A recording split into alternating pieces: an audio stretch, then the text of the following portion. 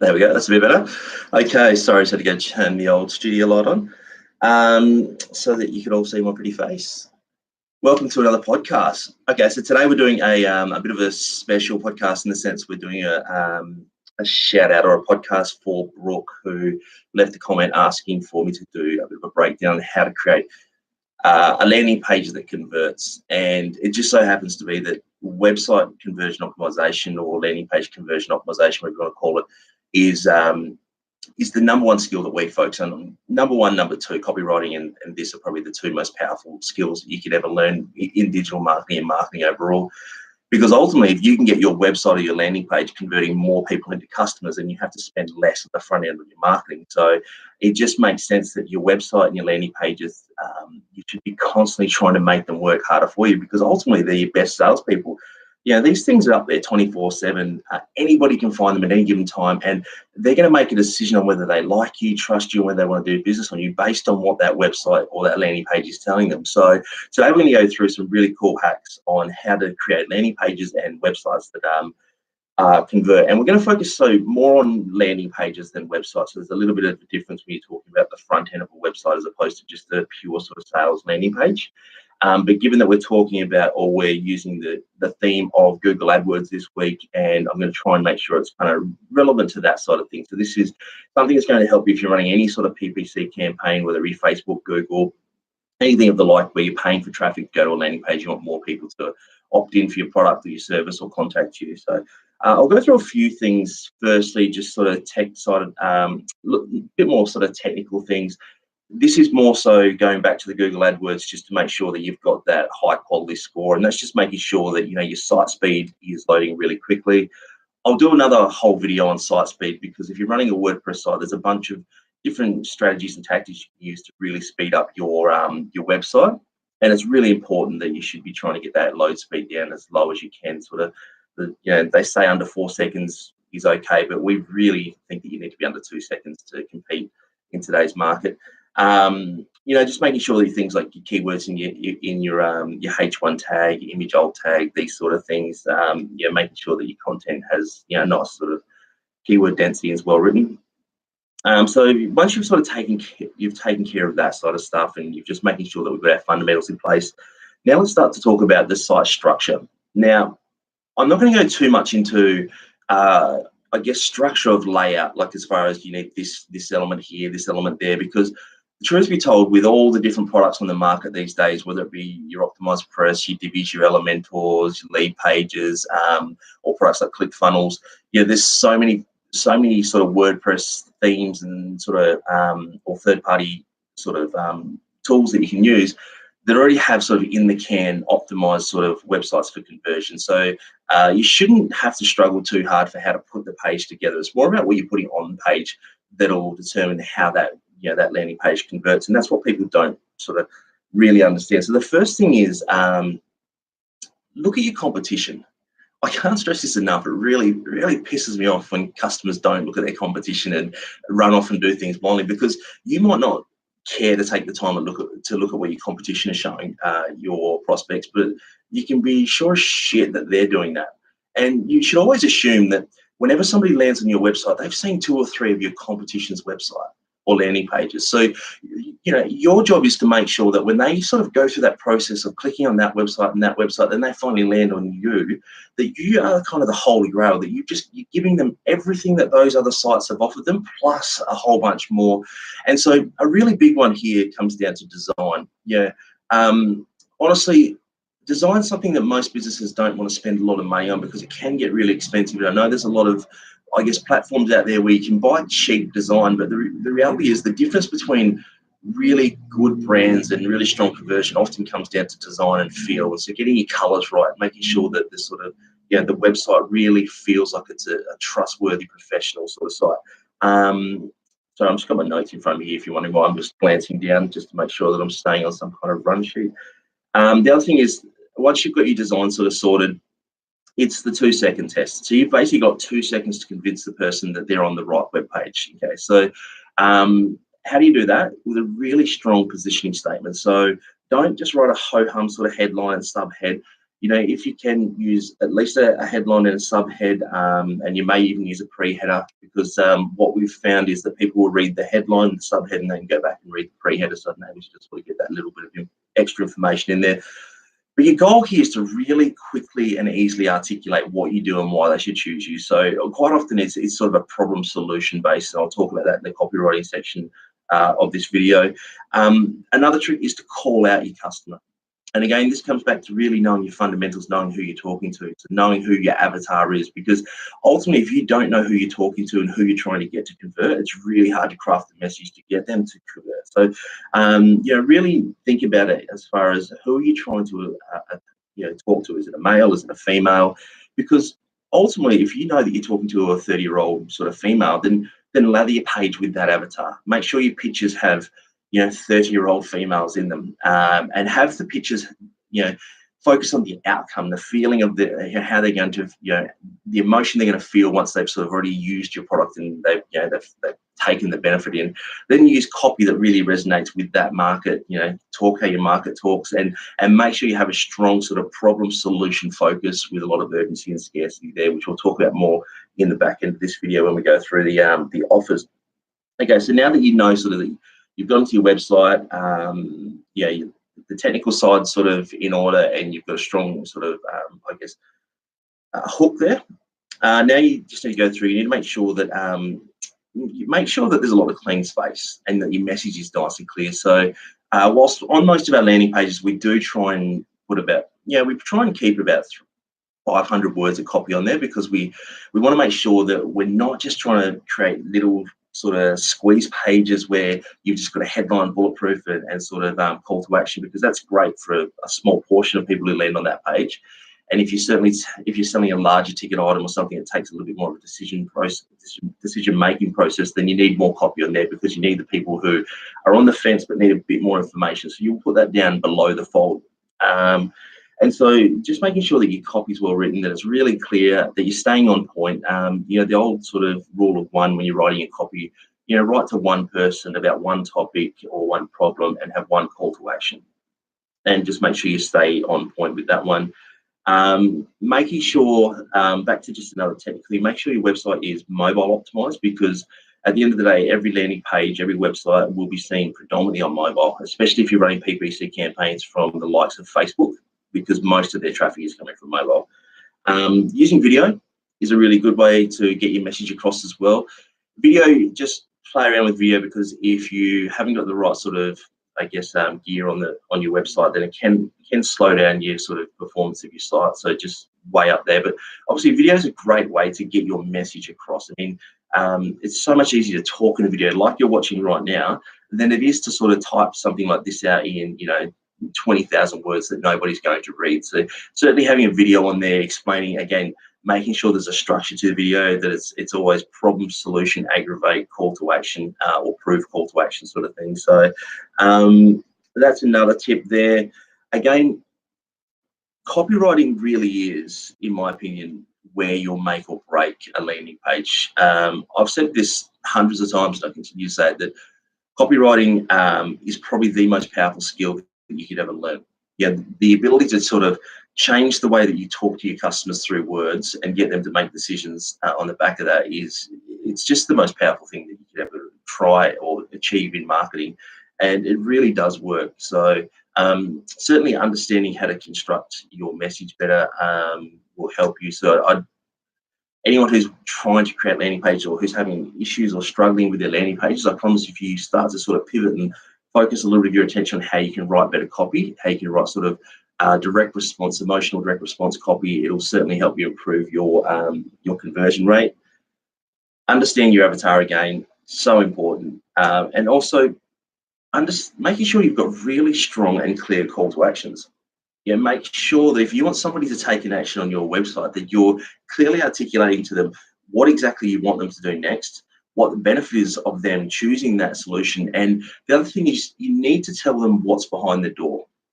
You need to give them an idea of what happens after they submit that form, after they call you, after they contact you, because it's like asking a stranger to walk up to a random door and just blindly open that door and step inside, not knowing what's on the other side. So you need to you need to be communicating to the person on your website. Once they do actually take action, what's the next step? What happens after that point? Because once they know sort of what you're offering, what the benefit is, why they should choose you, then they sort of then they also know what happens next. It creates a sort of scenario where it's a lot easier to come to a decision.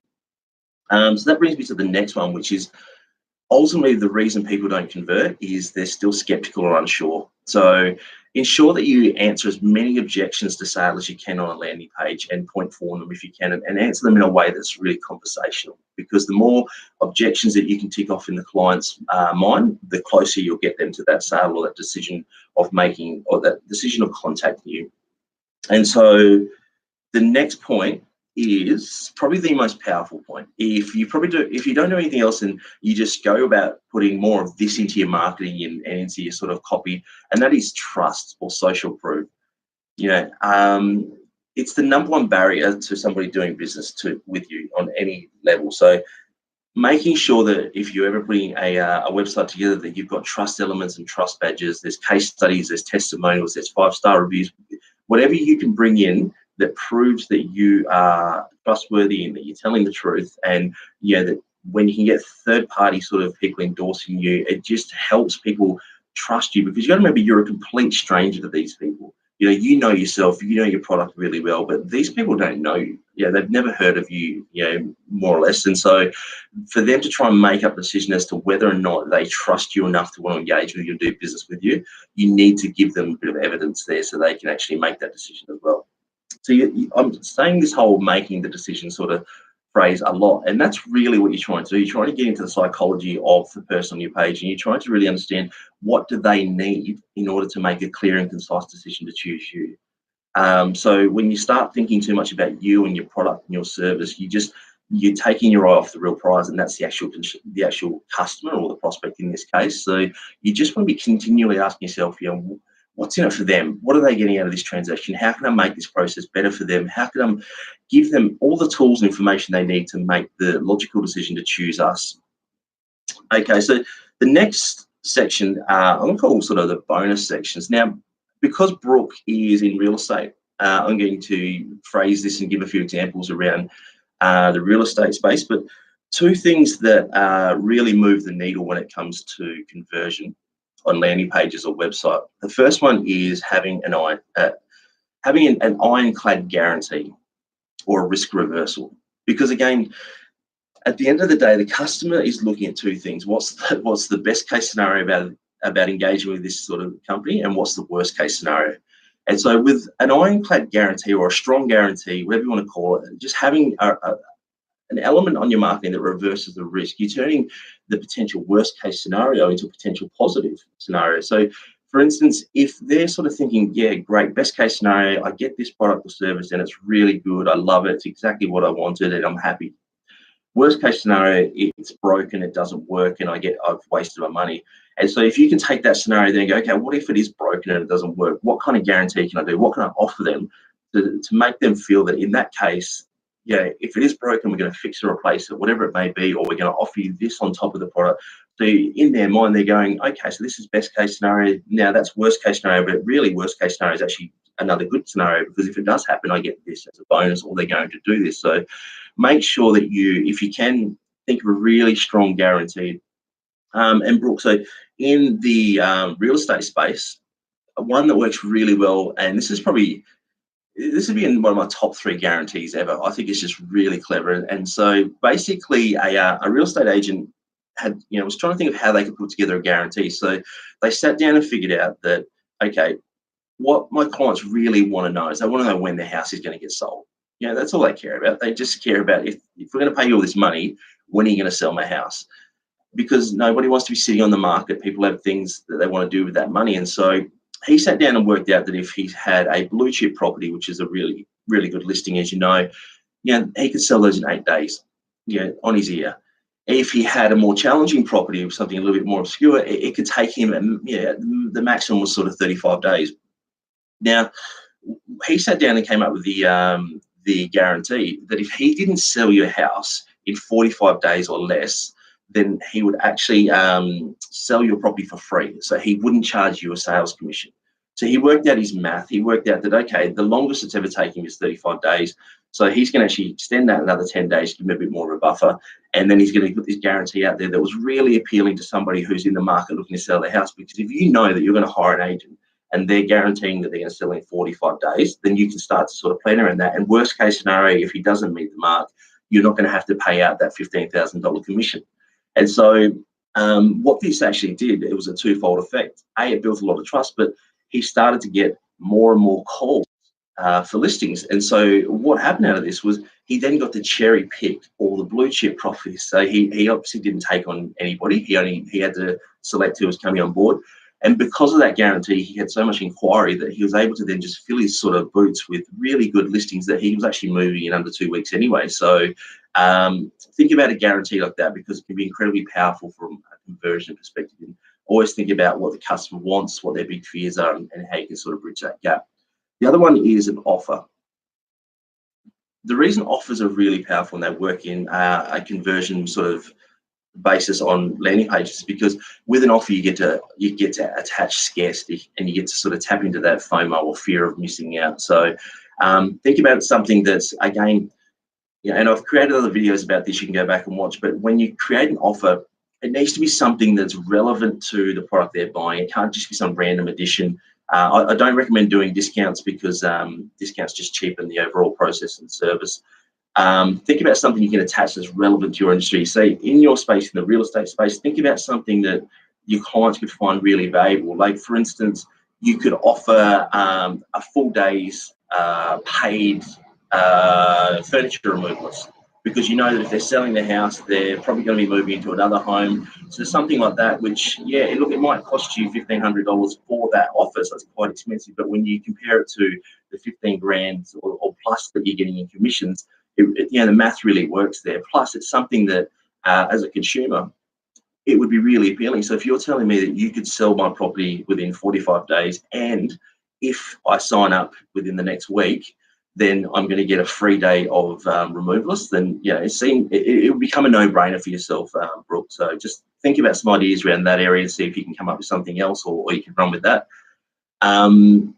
Because ultimately it's about trying to give them as many trigger points to convert as possible. So, and that was the other thing, just with an offer.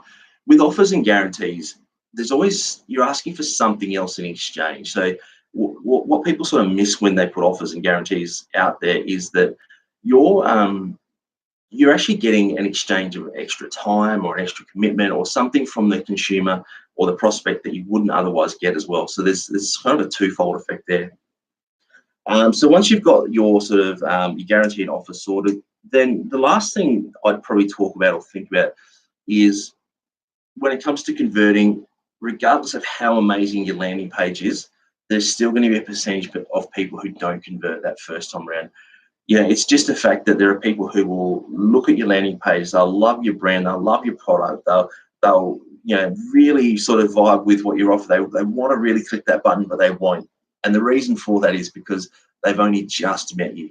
See, when anybody sees a website for the first time, it's like meeting a person for the first time. You might get a good vibe from them, but you don't know whether they're going to be your best friend or whether they're actually going to turn out to be a bit of a dick. So you've got those sort of walls up, and this is why in marketing they say there's the rule of 7, the 7 touch points, and these days people are saying it's up to sort of 20.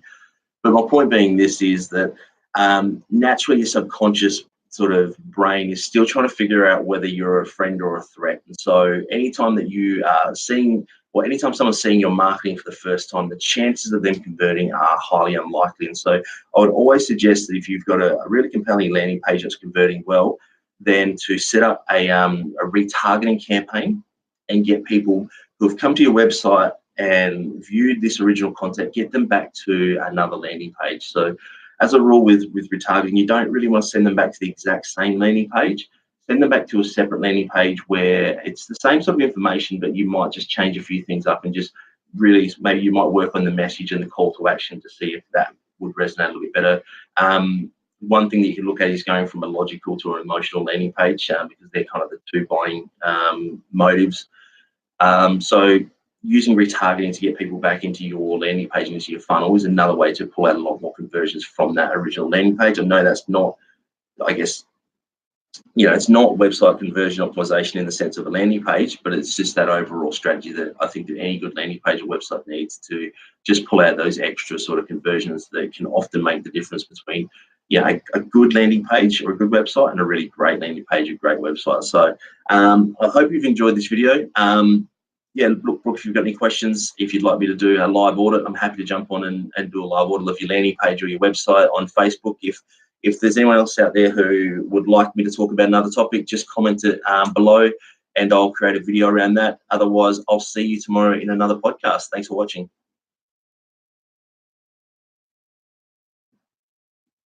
Actually, before I go, don't forget to like and share this if you did enjoy the video.